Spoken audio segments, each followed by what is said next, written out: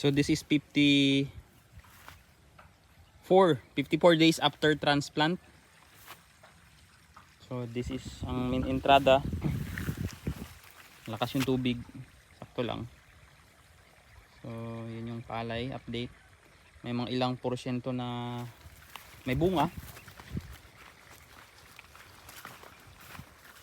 Ito yung update sa ating palay ngayon. Hindi ko alam kung ilang porsyento na yung may bunga, pero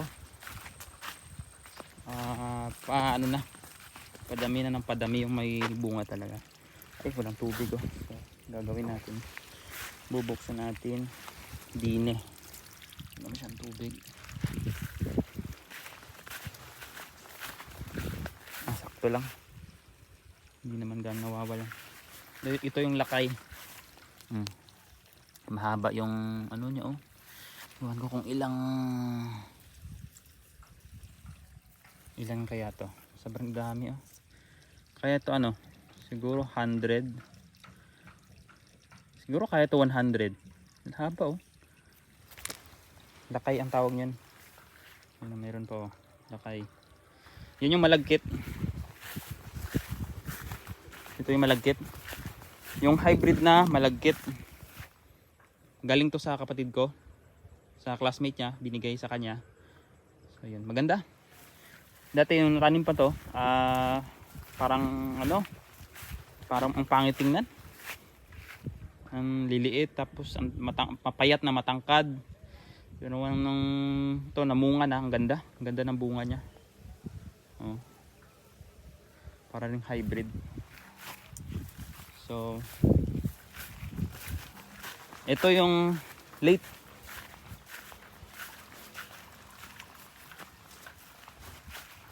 Ito yung late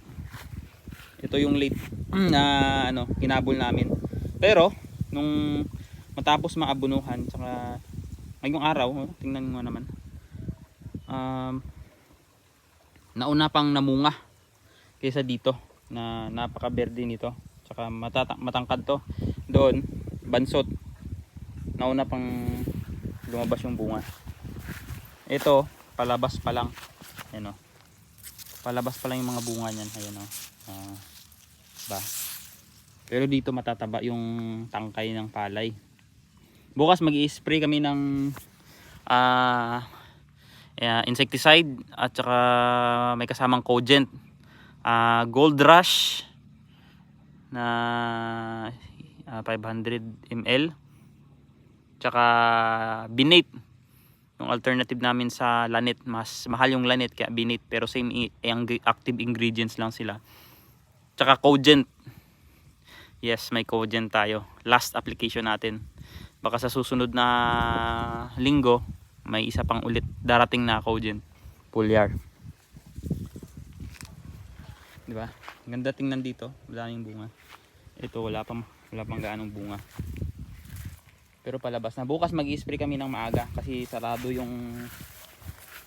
yung bulaklak pag umaga. Oo, sarado yung bulaklak ng palay pag madilim pa.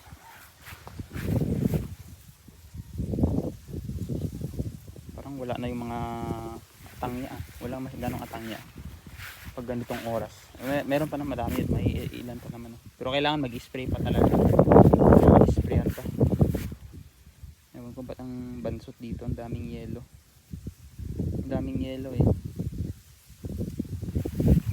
Parang kulang sa puno dito. Nagkulang yata. Parang hindi na-applyan to. Ito, tangya.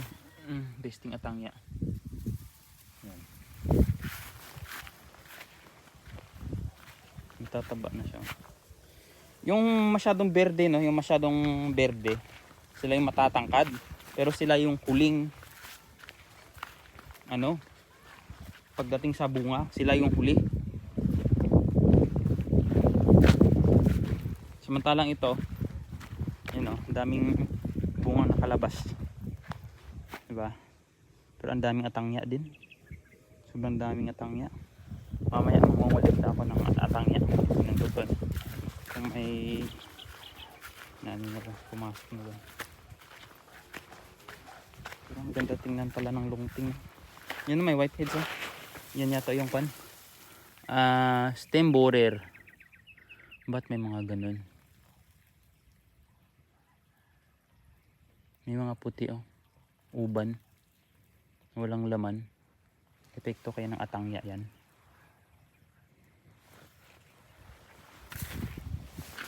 Eto, medyo late. Sige lang, laban. Ilang sako kaya. Ito yung update sa BLB.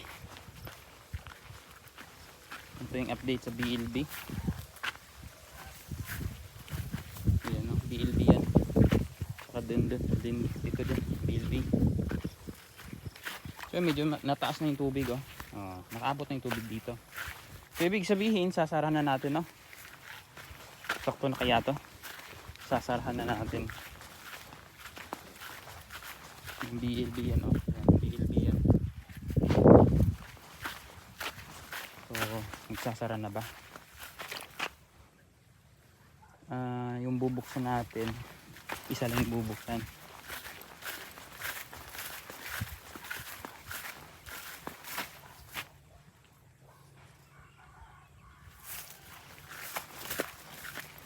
Minutes and 33 seconds.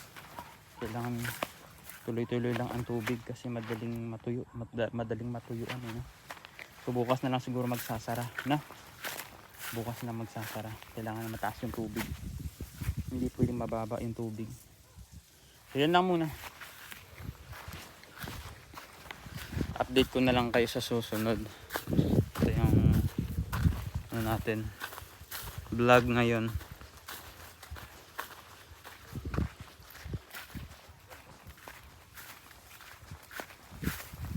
Mangungulekta ako ng kuhol, tsaka mangungulekta din ako ng atangya.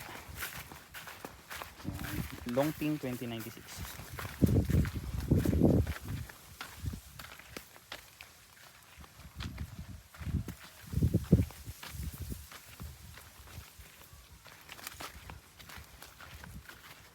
Daming i-sprayan. May mga orange so parang ano siguro. So yan lang muna. Bye bye.